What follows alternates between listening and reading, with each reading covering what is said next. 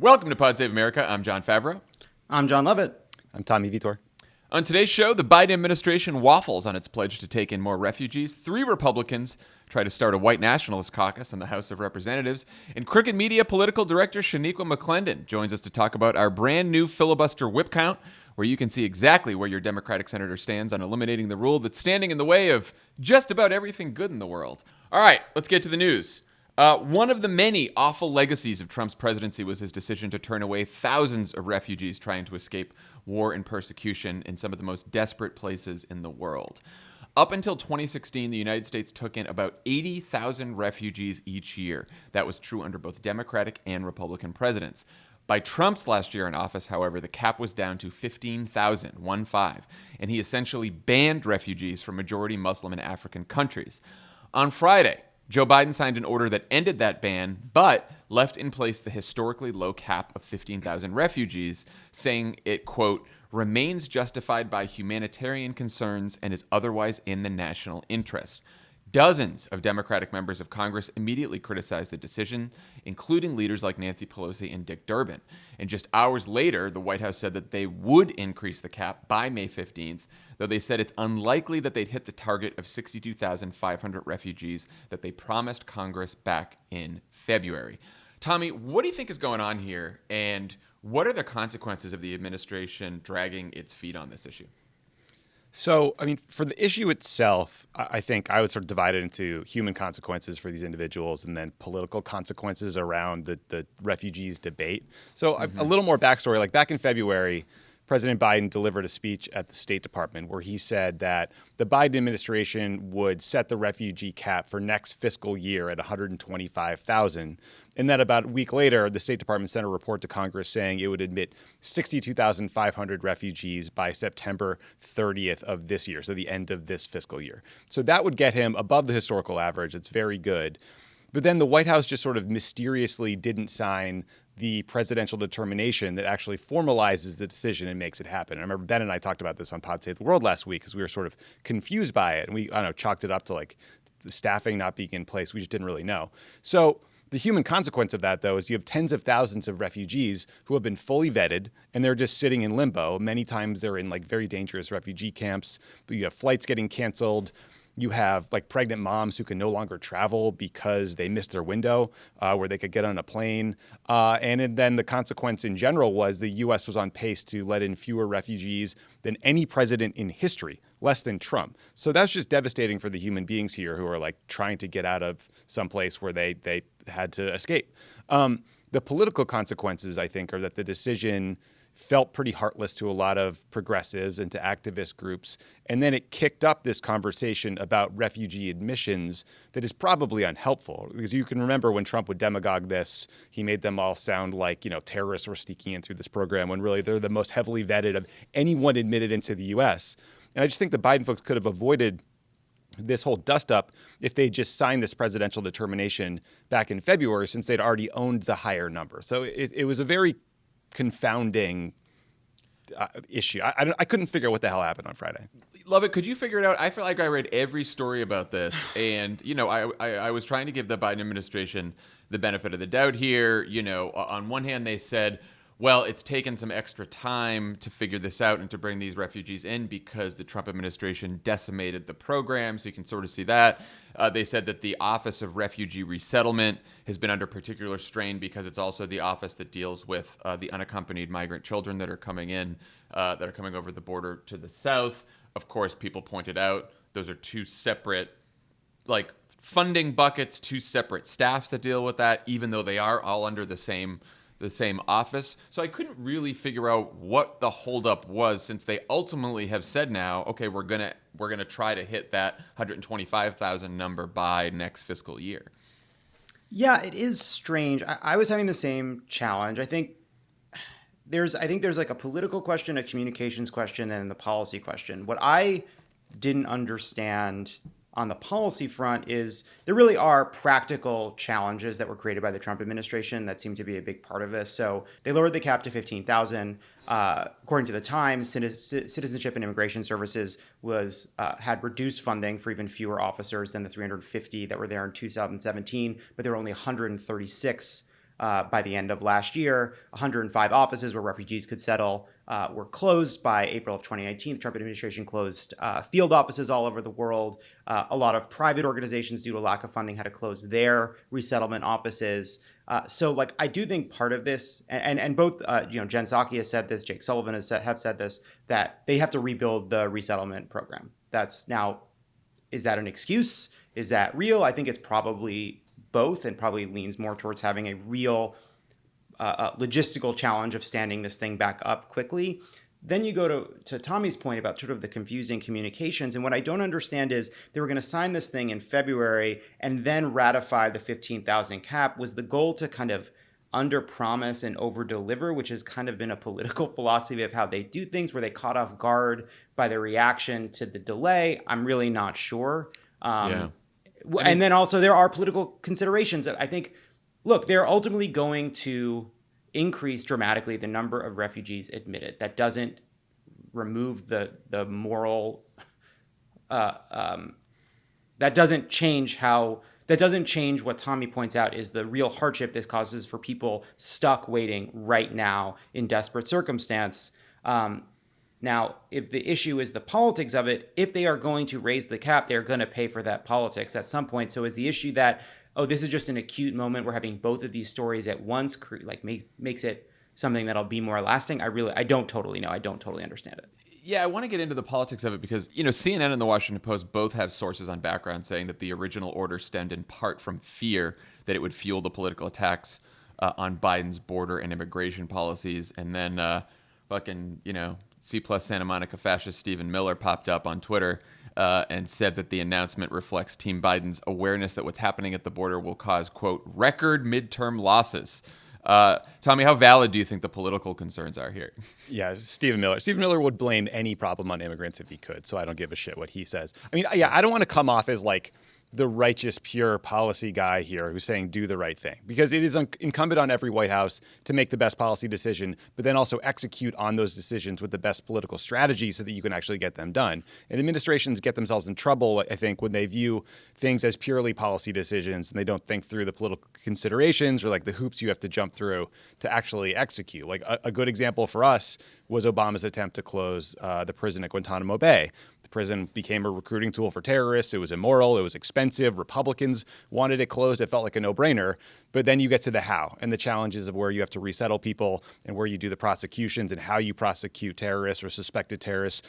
And lo and behold, we fucked up the politics so badly that Congress swept in and made it impossible to close on a bipartisan basis. So all that's just to say, I think the Biden team is right to think about potential political attacks around immigration, around the border, around refugees.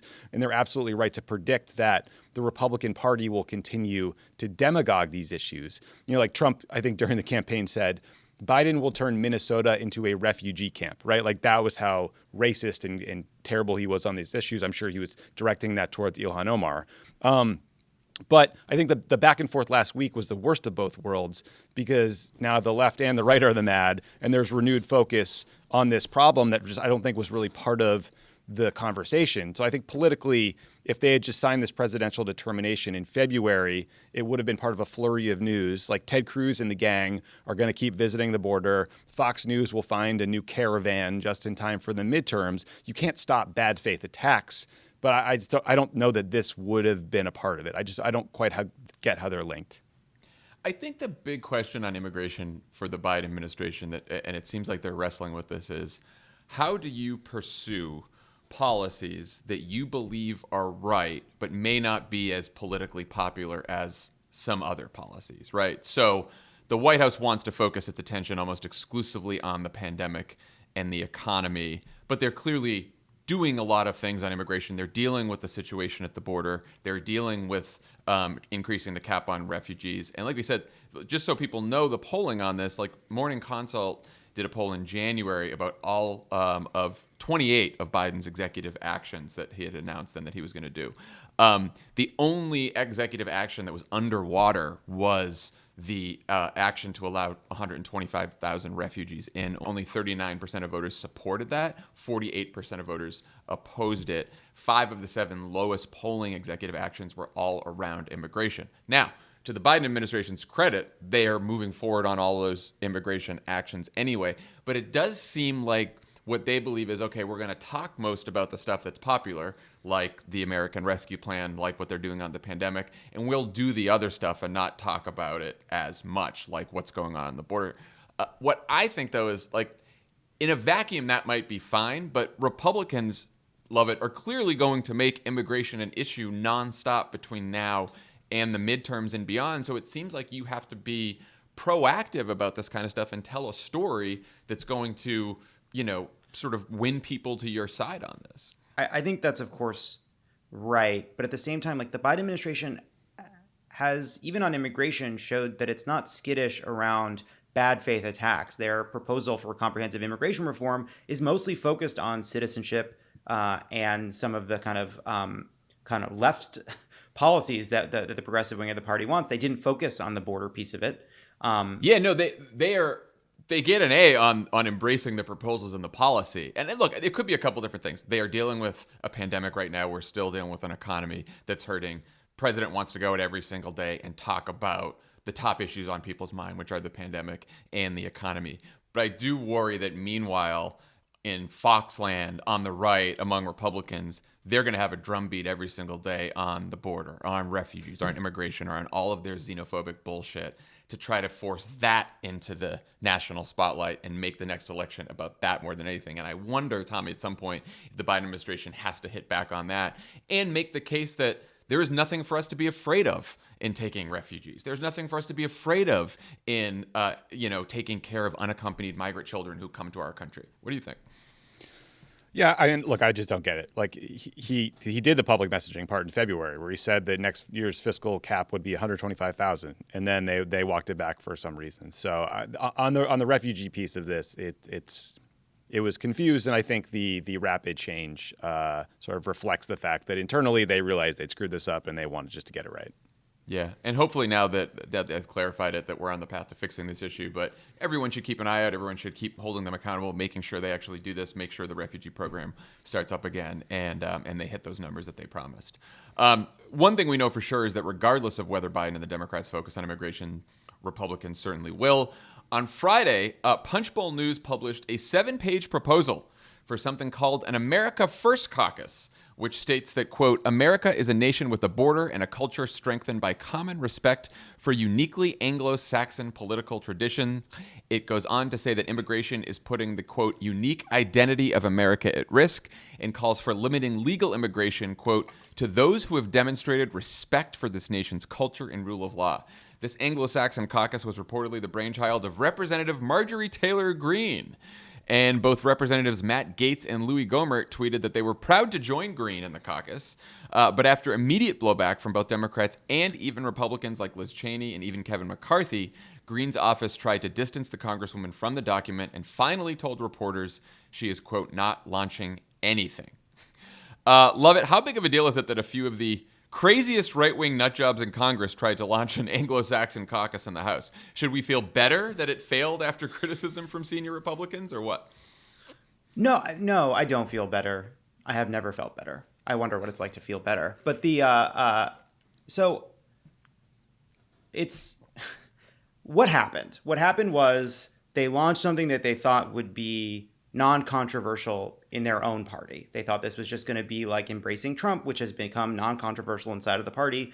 And this document, even if you remove the words Anglo-Saxon, is in the spirit of what Trump has said and done, and it is, fascism with American characteristics.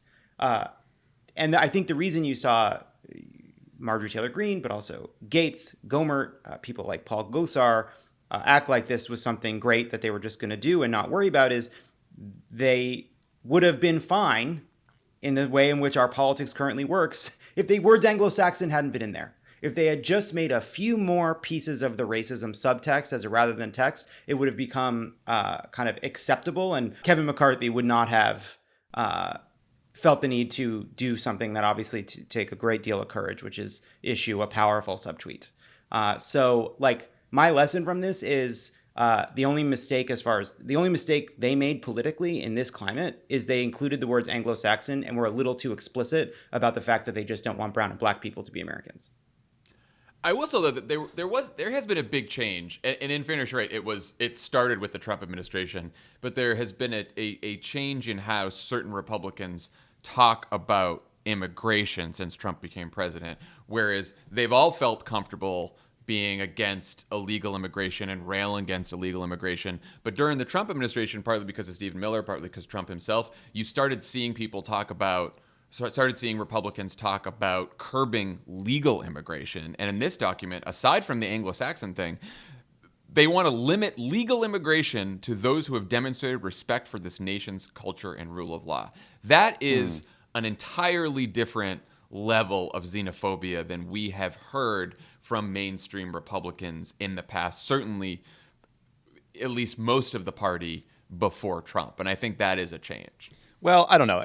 Look, I think the Republican Party is like constantly ebbing and flowing in terms of how openly nativist and racist and anti-Semitic it wants to be. Not nationally necessarily, but David Duke got 38% of the vote in a 1991 Louisiana governor's race. That's horrifying, right? Yeah. Pat Buchanan ran for president on a hard-line anti-immigrant platform. I think he called for a full pause in immigration for 5 years. Or 5 years, yeah. That outrageous and out there, right? So, yes, these are three particularly enormous dum-dums, right? Like Matt Gaetz, or Gates, whatever the fuck you say his name, jumped on this because I'm sure he was excited to talk about literally anything else but his like potential DOJ investigations, right? But I do think we got to keep an eye on this stuff.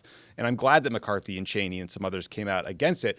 But I think we should view this Anglo-Saxon caucus, even if it's dead on arrival, as a data point about the broader trajectory of the Republican Party and how, emboldened these forces feel. And I think the answer is, in the post-Trump era, is getting worse, not better.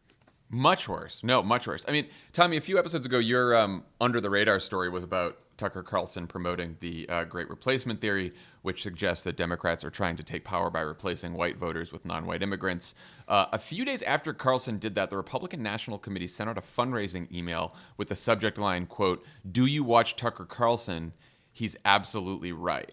So there's this debate about whether it's better to ignore crazies like Green and Tucker, or whether we should draw attention to the fact that elected Republicans and conservative media figures are using language that's no different than white nationalist groups. Lovett, what do you think?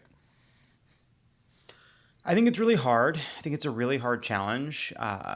It is noticeable when there is this kind of news cycle around Tucker Carlson. He says something.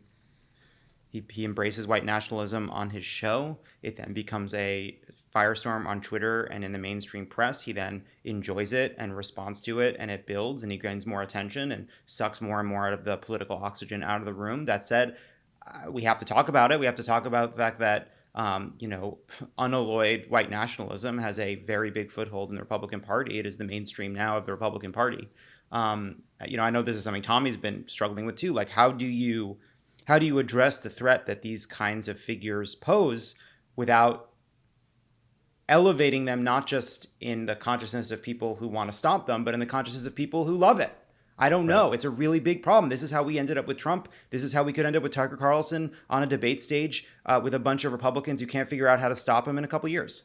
Like, I think social media is what makes this complicated, right? Because if this was the 1930s and you caught some American politician reading aloud from Mein Kampf, right, you wouldn't go photocopy those pages and then hand them out without context, right? That's insane. But that's what happens on Twitter and Facebook every day. Lots of well-meaning people clip and share long clips from Tucker Carlson about the Great Replacement Theory because they're outraged and they assume everyone else is outraged too, but you inadvertently end up spreading his message, juicing the Twitter algorithm in a way that his views get seen, or he gets more followers. And then Tucker doubles down and he says to his listeners, talking about this is how we own the libs, right? And it becomes folded into that part of the message. And so what happens is, over time, once fringe political speech becomes normalized and, racist, anti-Semitic fringe ideas become more commonplace and they get more traction. So that's the ebb and flow. And the alt-right people, the far right, they know this, right? Like, a lot of them, again, were just toiling away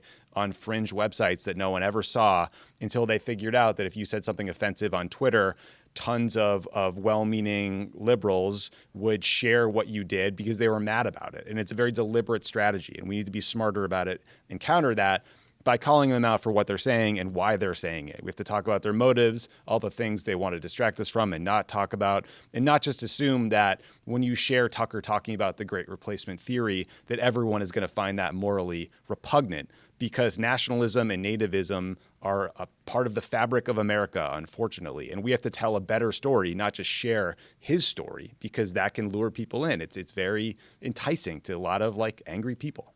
I think that's a very good rule and way to handle it, is just don't share without context and explanation. And like you cannot assume that everyone thinks like you do and someone is automatically going to find what Tucker says repulsive and horrible. Like, you have to teach people how it's being heard by, especially white nationalist groups, right? Nick Fuentes, who is a white nationalist Holocaust denier, he responded to Carlson's segment that Monday night about the replacement theory by tweeting, "This week Tucker red-pilled 4 million people, and there is nothing liberals can do about it." So I do think that you can't ignore it. Right? You can't just let Tucker be saying all this stuff, but you have to tell people why it's so dangerous. But look, we can ignore it all we want. Like, in the Republican primary in 2024 and in Republican primaries in 2022, like, whatever Kevin McCarthy wants to do, whatever Liz Cheney wants to do, whatever well-meaning Republican wants to do, there are going to be lanes for pure white nationalist garbage talking points from candidates. And those candidates could do very well in the 2022 primaries. They could do very well in the 2024 presidential primary. Like, this is here to stay in the Republican Party. This is the same Republican Party that was, the establishment was confidently telling people that Donald Trump could never win the nomination, right? Well, then he did, and then he won the presidency. So from now on, when people say shit like this, like, we got to stay on top of it. Yeah, the other thing I would just add is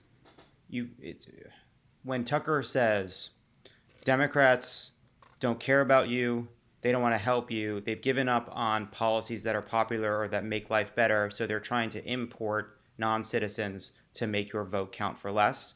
Obviously, there's a big component of that we have to draw attention to the parts that are purely racist. But there is another piece of this, which is we have to prove him wrong on the merits of what Democrats do. We have to pass legislation that people see in their lives, and we have to demonstrate that this is false across the board, not just in terms of the racist element, but in the terms of politics not working for people. We have to prove that our democracy can work. We have to prove that we can, in the next 500 and some odd days, show demonstrable change that kind of can attack at the margins. I think there's a lot of people who are unreachable, but at the margins, that they can see that democratic policymaking has been effective. All right, Congress is in session this week, and the gap between the productivity in the House and the Senate is becoming even wider. On Thursday, the House is set to vote on making Washington, D.C. the 51st state, which will be one of over 40 bills passed by House Democrats in just this session of Congress. Others include the Equality Act, which would prohibit discrimination based on sex, sexual orientation, and gender identity, the American Dream and Promise Act, which would protect up to 4.4 million Dreamers, the George Floyd Justice in Policing Act, which would increase accountability for police officers, legislation to strengthen background checks for purchasing firearms, and of course, the For the People Act, which would save democracy as we know it. But over in the Senate, none of this legislation will pass so long as the filibuster remains in place. Joining us today to talk about our plan to fix all of this, Crooked Media's political director, Shaniqua McClendon. Hey, Shaniqua, welcome. Hi. This is my first time here. I'm really excited. We're excited to have you. Would you tell us all about Vote Save America's call tool and our brand new whip count? Yeah. So if you head over to votesaveamerica.com/forthepeople, all one word, we have a list of all 50 Senate Democrats. And right next to that, we have whatever the latest thing they've said about whether or not they support eliminating the filibuster to pass H.R. 1. And as you scroll down, you'll see some people have gold stars next to their names because they've been very clear about where they stand. But most of them have a phone next to their name because most of them have been what I think is intentionally vague about where they stand. So if there's a phone next to their name, we would love for you to call them and figure out, where they stand on eliminating the filibuster to pass H.R. 1. And, these calls are really important because they'll put pressure on Democratic senators to hopefully do the right thing and eliminate the filibuster to pass H.R. 1. But at least it will push them to get clear on where they stand. So if they actually don't support it, say that and stop just kind of running around and leaving people confused, especially since this is something that has been discussed since the Democratic primary started in 2019. So it's not like they didn't know the question was coming or they've been confused about it. Shaniqua, do you ever feel bad about spreading misinformation about the fact that you've been on Pod Save America before? I was really trying to remember when I saw Jordan's note, and now huge impression it left on you. Wait, I remember I was on a live stream. Does that count as the same? No. Okay, wait. Well, then what are we talking about? Look, I don't know. I'm not sure. Jordan Waller put it in the Zoom chat. Yeah, hard fact check. She was the one who corrected. Lovett didn't even really have the correction handy. It was all Jordan. Oh, now she said she'll find it after she just rolled that grenade right into the Zoom interview. I feel like you can know it off the top of your head without looking if you're just going to throw that out there. Well, but I'll wait for it. You're here now, which is the most important. I am. That was me saying a nice thing. I wasn't trying to be mean about it. I'm happy to be here. I won't pin you down to the exact number, but it does feel like there's not enough gold stars right now next to all these. I counted them. There's 16. Of course I should have known. You counted them. So there's only 16 gold stars. It's time for people to get off the fence. It's time for people to get off the fence at this point. I mean, you can understand people being intentionally vague for a while because there hasn't been a bill to actually take the stand on. But now that we have over 40 bills piled up that have passed the House, it's getting time. You spent some time working on the Hill, Shaniqua. What was your experience with constituent calls? Like, how effective are they in persuading members of Congress? They're really effective. I will say constituent calls, that's normally the first thing you do on the Hill in an entry-level job, and it's like terrifying. People are not always nice, but the way it works in most offices is staff assistants and interns, they answer the phones, and you literally tally up, on computer software, but you tally up how constituents are feeling about different pieces of legislation or just issues. And this includes voicemails too. So if you don't get through to a person and you leave a voicemail, just be sure to leave your zip code so that they know that you're from their state or district, because we didn't log in anything that didn't have identification for where you lived. But if an issue is not already in this software that we use to log all of those issues, initially we'll just say, enter it in kind of generically and say, we'll pass that along to the senator. Once you get a certain number of calls, if it's not already kind of a big issue in the news, we'll add it into the system. And so then it's, kind of a bigger deal if it's in the system, but continuing to say, we'll get this to the senator, we'll let her know, sorry, my boss was a her, but we'll let them know how you feel. And that really happens. Every day we sent a report to senior staff and the senator that had all the issues people called in about listed out and how many people called in favor of it and how many people called in opposition to it. But then when you get more calls, you stop saying, okay, we'll just let the senator know how you feel. And senior staff decides, okay, we need to actually come up with talking points for this. So we're going to have to actually figure out how we feel about it. And one thing I think is worth pointing out is that if we felt strongly about something, there was never any ambiguity. We had talking points ready. If 2 people called in, they got them. If 500 people called in, they got them. It was on the issues that we were a little squishy on that we would just say, we're going to pass this back to the senator. So it's important to call because as you keep increasing the pressure, the senator's office and the senator want to give you a response because some of them want to do the right thing. I'd like to say most of them, but most of all, everyone is focused on getting reelected. And if they feel like their constituents are really riled up about something, they want to figure out where to be and to be on the right side of it. And just adding on to that, oftentimes when I was there, people who sat at home watching Fox News all day is who called into our office. And so they were overrepresented in the responses we were getting from constituents. So it's important that we make sure that we're heard so that those folks don't get overrepresented and then sway elected officials towards something that just a loud vocal minority of people want. That's a really good point. Tommy, it's only been a few months since Biden took office. Why do you think it's so important to really ramp up the pressure on the Senate and launch this whip count right now? Obviously, there's a lot of bills that came over from the House, but what's the urgency right now? Yeah, look, these things build over time, right? To add to what Shaniqua was just saying, Barack Obama's chief of staff, Pete Rouse, who was later his White House chief of staff for a time, who was called the 101st senator, used to personally edit every piece of mail that went to constituents. So like senior people really hear about these tallies that are coming in. They pay attention. But, like legislative sessions, they're slow, they're cluttered. The midterm elections come fast. Senators and members of Congress are the only adults who inexplicably have recess frequently, right? So you don't have a lot of calendar to work with. You're fighting for time. You're fighting for mind share. And then like the reforms we're looking for when it comes to the filibuster, that's the first step to unlocking all the other stuff we want to then do. So like this is very urgent.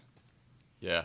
And we have had some experience with this kind of thing before, for those of you who've been listening to Pod Save America for a long time now. Back in 2017, I believe it was, maybe 2018. We did a whip count, Lovett, called Waffle House. Remember when we were there was a budget there going through Congress, and basically Democrats said we're not going to fully fund the government until we get a vote on protecting the Dreamers, and we started drumming up a little bit of a whip count, and a lot of Senate Democrats sort of they jumped off the fence there. Yeah, it worked. It was an acute success. It may have played some small role in shutting down the government for about 48 hours, which was over a weekend. It was over a weekend, so it less. The hours were less significant, but nonetheless, it was effective because politicians are skittish, and you got to make sure they're afraid of the right things, and they can be afraid of being called partisan scorched earth warriors who don't care about bringing people together, or they can be afraid of the base for not delivering on their promises. And we don't just want to do this because it's not just because we believe it's the right thing to do for the country to pass some of these bills. There's 500 and some odd days to not just pass progressive legislation that shows people that we've earned their vote, but also to pass H.R. 1 to make sure we protect those votes if we do earn them. So time is ticking on that. And there's one other look, I'm in charge of corrections today. Shame on you, Tommy, for calling it a recess. It's a homework period. Homework period? No way. We called it recess, congressional recess. Yeah, I know, but they don't like that anymore because it sounds like recess, and so they refer to it as So they went with homework? That's better? It's a district working period. They go home, they do work at home. District working homework. period. It's not called homework. Oh, right. Yeah, fact check. Sorry, portrait mode. God. You flubbed your homework. bunch of pedants. We have talked a lot about bunch Joe of fucking Manchin and pedants. Kirsten Sinema's. Can't even hear me. My Zoom's breaking up. I don't even know what's getting through. Yeah, leave this in. Us? I'm breaking in, but get leave some this fucking in. internet. How long have you been doing this? Can we get some rural broadband for Lovett wherever he is in Biden's Build Back Better plan? He's either in super HD portrait mode or you can't see him. Don't cut this. We're leaving this in. Leave it all in. This is our lives. Am I back? You're back now. For Terrific. now, we'll see. Maybe if these Democrats could pass a broadband bill. I already made that joke while you were cut out. All right. We've talked a lot about Joe Manchin and Kirsten Sinema's support of the filibuster. Shaniqua, what other Senate Democrats are you keeping an eye on here that have been particularly waffly on their support of the filibuster? So 3 states that really stood out to me because they are all 3 represented by 2 Democrats, but the other Democrat in the state has come out in support of eliminating the filibuster for H.R. 1. And so Patrick Leahy in Vermont, Bernie Sanders is his counterpart. He has been really vocal about this, but has said, the Senate is where legislation comes to cool off. It's the saucer or something like that. So sick of hearing that. I know. And I just think it's interesting because he has, Bernie Sanders there who's vocal about everything and really pushing a progressive agenda. And this is part of it and has just kind of landed on that. I think out of the 3 I'm going to mention, he's the one that really needs to be pushed so people can understand where he stands, because the Senate is where things come to cool off, doesn't answer the question, like, do you want to pass H.R. 1 or not? Yeah. And then was really interested, and I wouldn't call him, Jon Ossoff from Georgia. Senator Warnock has said, he does not think the filibuster is worth saving if we can't pass H.R. 1. Ossoff has said he's open to eliminating the filibuster, but I just think that is a pretty lukewarm stance for someone who is the 50th senator, as far as I'm concerned. Like, he was the last person to be elected. They got elected together, Warnock and Ossoff, but looking at the vote count and vote share, You're tough. Open to eliminating feels pretty good to me. well, he should just say it. He should just say it. I think he should just say it, because it's like, this isn't just about getting people to be for this. It's like the difference between people who are for this because they have to be and people who are for this because they recognize that it's like the right thing to do and something to fight for. Yeah. And will Senator Warnock be back in 2023 if he doesn't do this? Would Ossoff have been elected in 2020 if Georgia had the bills that they're working on in place now? So if they keep going and these are on the books, he wouldn't have been elected. So I think he kind of owes it to the folks of Georgia and everyone who has helped out to get him elected to do the right thing. And then finally, our Senator Feinstein, she is, I'd say, in between Leahy and Ossoff, and said that she doesn't want to end tradition, but the opposition party shouldn't be able to prevent votes on important bills. I just don't get the obsession with tradition. That goes back to Joe Manchin for me. And I just don't know what he's holding on to, but especially for Feinstein, who represents California, that just feels like a not good excuse to me.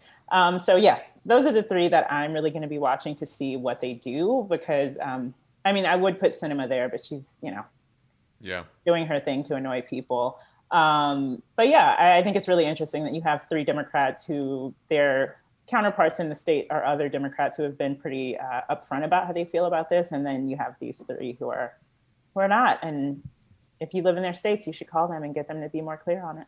That's good advice. The two dudes that I'm watching are the senators from Delaware, Chris Coons and Tom Carper. They've been very lukewarm on this, and they are from a blue state, Joe Biden's home state. And I think you should call them and tell them if they don't get off the fence, Dan Pfeiffer's going to primary one of them at least. He needs to put together the exploratory committee. He needs to put together the committee just to show that there's some bite behind the bark. We got to get Dan in this contest. The other thing is, you just rattled off a list of senators, and it's even when you obviously Ossoff is an exception, but one other reason we have to move fast is not to put too fine a point on it. Like, we're one hardened artery away from losing the Senate at any time. That's not wrong. Just something to keep in mind. Well, and also, you talk about Leahy and Feinstein too. There's like opposition that is due to sort of political concern, like how's this going to play in my next race? I know like Maggie Hassan in New Hampshire has a tough race coming up. She's been sort of on the fence. But then there's just, I've been in the Senate for 1,000 years, and this is all I know, and that's like Feinstein and Leahy to me. Also, if I hear that, no one uses a saucer anymore. We're all using those stupid fucking paper things around our Starbucks. Two, like if the legislation does any more cooling in the Senate, it will just be ice. They don't do anything. They don't pass anything. There's not some issue of like overheated House bills coming over to the floor in the Senate and rapidly getting passed. The Senate doesn't do anything. They raise money and then they leave. It's too much legislating these days. We got to slow this bad boy down. Two reconciliation bills every 4 years. Like, great. All right. Do not forget to call your senators so we can keep updating our whip count. Go to votesaveamerica.com/forthepeople. You can find our call tool there. We'll have scripts for you, and you can check out the latest count. Shaniqua, thanks for joining us. Thank you for having me for what I still stand behind is my first time. You know what? Jordan went super silent. Jordan went silent on this. And just one other quick note. The best way to reach Dianne Feinstein is by Telegram. All right, everyone. We'll talk to you Thursday. Take care. In case you missed it, check out Pod Save the People, where co-host Kaya Henderson sat down with Oscar-nominated director Shaka King to talk about Judas and the Black Messiah. Fantastic interview. Fantastic show, as always. DeRay and the gang have been doing some great work lately covering a lot of really important news. Go check it out.